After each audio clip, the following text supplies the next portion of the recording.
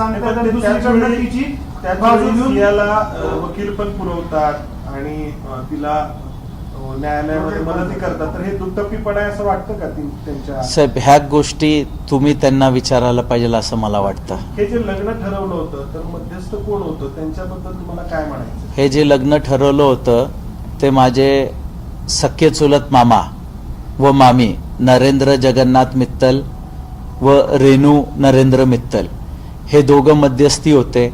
त्यांनी आम्हाला assurance, guarantee या पण अजून काही शब्द असतील ह्याच्यातले ते घेऊन करायला पाहिजे की त्यांनी एवढी खात्री दिली आम्हाला की ही मुलगी तू आमचीच मुलगी समज.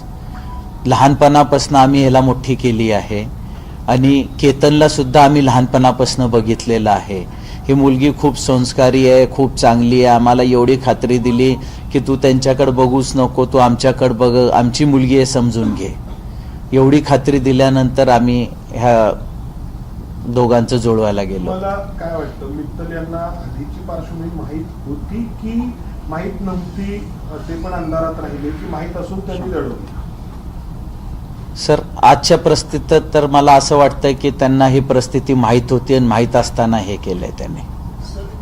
तपासामध्ये पोलिसांनी या बाजूनी तपास करावा, त्यांची पण चौकशी करावी असं तुम्हाला वाटतं? सर, न्यायव्यवस्थेवर मला भरोसा आहे, ते त्याच्यावर तपास करतील असं मला वाटतं. या घटनेनंतर मित्तलशी तुमचं काही बोलणं झालं का? तुम्ही त्यांना विचारलं का किंवा त्यांचा तुम्हाला फोन आलात का? काही झालं असं? नाही, काही नाही झालं सर. त्यांचा मला फोन पण नाही आला आणि कसलं वार्ता सुद्धा झाली नाही. मिसेसचा एक आम्ही इंटरव्ह्यू पाहिला होता, त्याच्यामध्ये त्या म्हणत होत्या की जे मित्तल आहे त्यांना पण याच्यामध्ये आरोपी करा, त्यांना पण ते पण जबाबदार आहेत या सगळ्या गोष्टी. आमची फॅमिली तर हे मानते की ते जबाबदार आहेत ह्या सगळ्या गोष्टींना. मित्तल जबाबदार? हो, मित्तल जबाबदार आहे त्या गोष्टींना. हा सगळा प्रकार मित्तलच्या सगळ्या षडयंत्राचा भाग वाटतो. असू शकतो सर. सर, अनेक व्हिडिओ जे आहेत एंगेजमेंटचे पण ज्या ह्याच्यामध्ये तुम्ही पण दिसताय त्या सगळ्या यामध्ये दोघंही केतन आणि सिया देखील खुश होते असं तर दिसतंय व्हिडिओमध्ये. पण मग केतनला काही सांगितलं होतं का तुम्हाला की आमच्यात सगळं अलबेल नाही, आमची भांडणं होत आहेत, असं काही बोलणं झालं होतं? नाही, भांडणं वगैरे कधी नाही बोलला, पर तो म्हणायचा की ही कधी कधी खूप नाराज होती या कधी कधी चिडती, तर असा फोन लगातार एंगेज राहतो. तर आम्हाला वाटलं की नवीन नवीन असतात जेव्हा मुलं मुली भेटतात तर थोडं बहुत असतं, यापेक्षा असतात थोड्या बहुत टायमाच्या ह्याच्या त्याच्या. हा तर वर्किंग होता तर त्याच्यामुळे असतील म्हणून आम्ही त्याला ते समजायचो की बेटा काही हरकत नाही, नवीन आहे, होत असतं, समजून घ्यायची बाजू आहे आपल्याला, समजून घ्या. सर, तुम्ही ऍक्च्युली हा मुद्दा नव्हता काढायचा, 1 महिना झाला. त्या दिवशी नेमकं काय झालं होतं? सिया ज्यावेळेस हे सगळं घडलं त्यावेळेस पहिला फोन सियाने सियाच्या आईला केला होता असं बोललं जातं. तुम्हाला कधी कळलं? तो थोडासा सिक्वेन्स सांगू शकाल का? सर, आम्हाला सियाच्या आईचा फोन माझ्या मिसेसला आला होता की केतन लोगड फोर्डवरनं पडला. तुम्ही किती वेळात पोहोचला होता? व आम्ही घरनं इमिजिएट निघालो, जो काही टाइम लागला असेल त्याला तो लागला त्याला.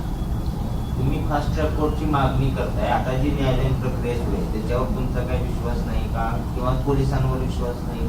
आणि दुसरी गोष्ट असं की सियाचे आई वडील ज्या पद्धतीने मीडियामध्ये बोलतात, एखाद्या चॅनल मार्फत ते सगळं भूमिका मांडली जाते, पेरले जाते, कारण ते वकील पण देतात तिला त्याच वेळी, आणि एकीकडे म्हणतात दोषी असताना तिला असेल तर शिक्षा द्या, म्हणजे ते प्रभाव टाकण्याचा प्रयत्न करतायत त्या सगळ्या खटल्यावर, असं तुम्हाला वाटतंय? सर, न्यायव्यवस्थेवर मला पूर्ण यकीन आहे. न्यायव्यवस्थेचा एकदम खूप छान काम चालू आहे, त्याच्यावर मला अविश्वासाचा विषयच नाही आहे. ते खूप व्यवस्थित काम करतायत. आता सियाचे आई वडील काय करतायत, ते आपल्या मुलीचा कसा बचाव करतायत हे मला जास्त माहिती नाही आहे.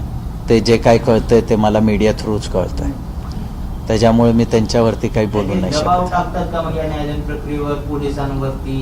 या सगळ्या एवढ्या सगळे हे प्रकरण एवढं गाजते, त्यामुळे माझ्या मुलीचा सुद्धा विश्वास, म्हणजे दोषी असेल तर शिक्षा करा असं म्हणून एक प्रकारे दबाव टाकतायत का, असं वाटत नाही का तुम्हाला? नाही सर, माझ्या वाटण्याने उपयोग नाही ना, का की जी न्यायव्यवस्था आहे त्यांच्यासमोर जी सत्य असेल ते सगळ्यांसमोरच येणार आहे, त्यांच्यासमोर पण येणार आहे. आज ते बोलतायत, जेव्हा त्यांच्या समोर येईल, आज त्यांना अगर भरोसा वाटत नाही, जेव्हा त्यांच्या समोर येतील त्यावेळेस बघू त्यांचं काय उत्तर येतं. तुम्ही न्यायव्यवस्थेवरती देखील विश्वास व्यक्त केला आणि दुसरीकडे मात्र पंतप्रधानांना देखील थेट पत्र देखील लिहिलेलं आहे. सर मला न्याय व्यवस्थेवर भरोसा नाही म्हणून मी पत्र नाही लिहिलं. मी फक्त एक माझी व्यथा पंतप्रधान साहेबांना, प्रेसिडेंट साहेबांना व्यक्त केली आहे की असं घडलंय माझ्या मुलासोबत, जी काही चूक नव्हती. तो एक चांगला सुशिक्षित मुलगा आज काम